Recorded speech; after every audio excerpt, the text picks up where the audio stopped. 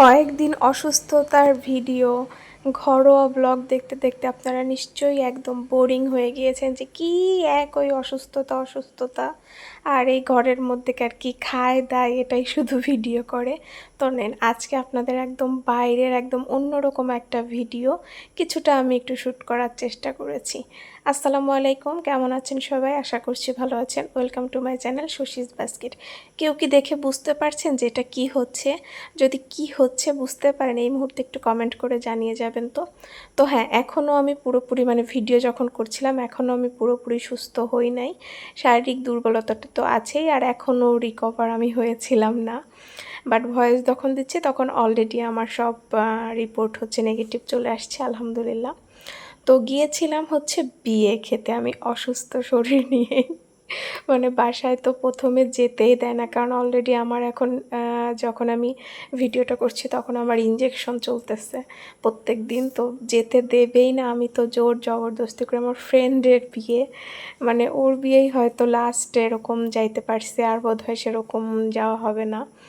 তো যেতে পারবো আসলে, তো ওই জন্য। আর অনেক ক্লোজ ফ্রেন্ডই, ছোটোবেলা থেকে একসাথে পড়াশোনা করেছি, তো ওর বিয়েতে যাবই।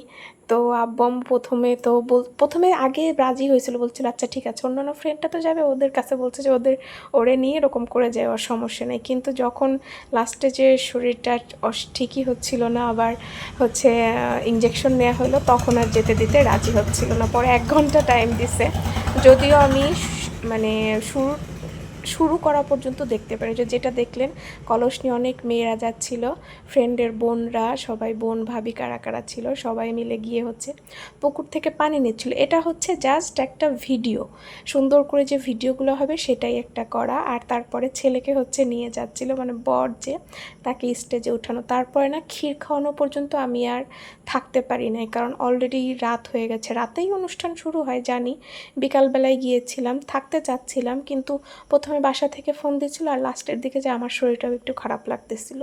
পরে আমি আর আমার আরেকটা ফ্রেন্ড গিয়েছিলাম, আমি বললাম না আমি পারতেছি না, চল, শেষে বেশিক্ষণ থাকলে যদি আমি বেশি অসুস্থ হয়ে যাই।